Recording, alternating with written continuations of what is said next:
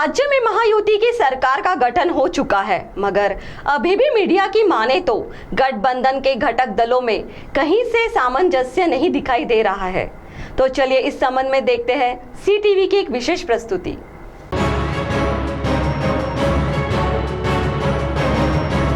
महायुति गठबंधन द्वारा राज्य में सरकार स्थापित करने के बाद भी जैसा कि मीडिया में लगातार खबरें प्रकाशित हो रही है कि सब कुछ ठीक नहीं चल रहा। जहां पिछली महायुति सरकार में सामंजस्य देखा जा रहा था, गौरतलब है विधानसभा के संपूर्ण कार्यकाल के बीच में ही महायुति गठबंधन ने सत्ता हासिल की थी और तत्कालीन मुख्यमंत्री एकनाथ शिंदे तथा तत्कालीन उप मुख्यमंत्री देवेंद्र फडणवीस तथा तत्कालीन उप मुख्यमंत्री अजित पवार के बीच में सामंजस्य देखा जा रहा था और मीडिया के सामने एकजुट होकर वे अनेक बार सवालों का उत्तर देते थे। लेकिन 2024 में विधानसभा चुनाव में भारी जीत हासिल करने के बाद भी अब वो बात कहीं नहीं दिखाई दे रही है जो पहले देखी जा रही थी। सबसे पहले मुख्यमंत्री पद को लेकर, उसके बाद मंत्रियों के विभागों के बंटवारे को लेकर और वहीं कुछ पूर्व मंत्रियों को मंत्रिमंडल में स्थान न मिलने पर तथा जिन्हें मंत्रिमंडल में स्थान दिया गया है और उन्हें मनमर्जी विभाग ना मिलने पर, जैसा कि सूत्रों द्वारा जानकारी प्राप्त हुई है कि उसमें से अनेक मंत्री अभी भी अपने संबंधित मंत्रालय में कार्यभार नहीं संभाले हैं।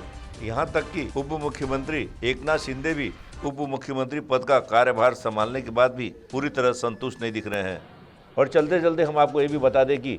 मंत्रिमंडल में विभागों के बंटवारे के बाद स्वयं मुख्यमंत्री देवेंद्र फडणवीस ने कहा था कि कुछ ही दिनों में हम आपस में चर्चा कर विभिन्न जिलों के पालक मंत्री के नामों की भी घोषणा कर देंगे। और इतने दिन बीत जाने के बाद भी अभी भी विभिन्न जिलों के पालक मंत्री के नामों की घोषणा नहीं हुई है। अब जब स्वयं मुख्यमंत्री देवेंद्र फडणवीस ने वर्ष का पहला दिन गढ़चिरौली जिले के साथ शुरू किया, मगर यहाँ पर मीडिया प्रतिनिधियों द्वारा जब उनसे पालक मंत्री के संबंध में सवाल किया गया तो उन्होंने हंसकर टाल दिया। अब इससे एक प्रकार से पूरी तरह साफ हो गया है कि महायुति सरकार में ऑल इज वेल कहीं से नहीं दिखाई दे रहा है। और अगर यही हाल रहा तो 2025 में कहीं ऐसा कुछ न हो जाए जो 2019 के चुनाव के बाद महाविकास आघाड़ी के साथ हुआ था, जहां वर्ष का पहला दिन मुख्यमंत्री देवेंद्र फडणवीस ने गढ़चिरौली पहुंचकर मनाया। वहीं मीडिया में जो खबर अब आ रही है कि वर्ष का पहला दिन स्वयं उप मुख्यमंत्री अजित पवार की मां ने पंढरपुर में जाकर भगवान विट्ठल से प्रार्थना करके मनाया और उन्होंने प्रार्थना में यह मांग की कि पवार परिवार फिर से एक साथ आ जाए।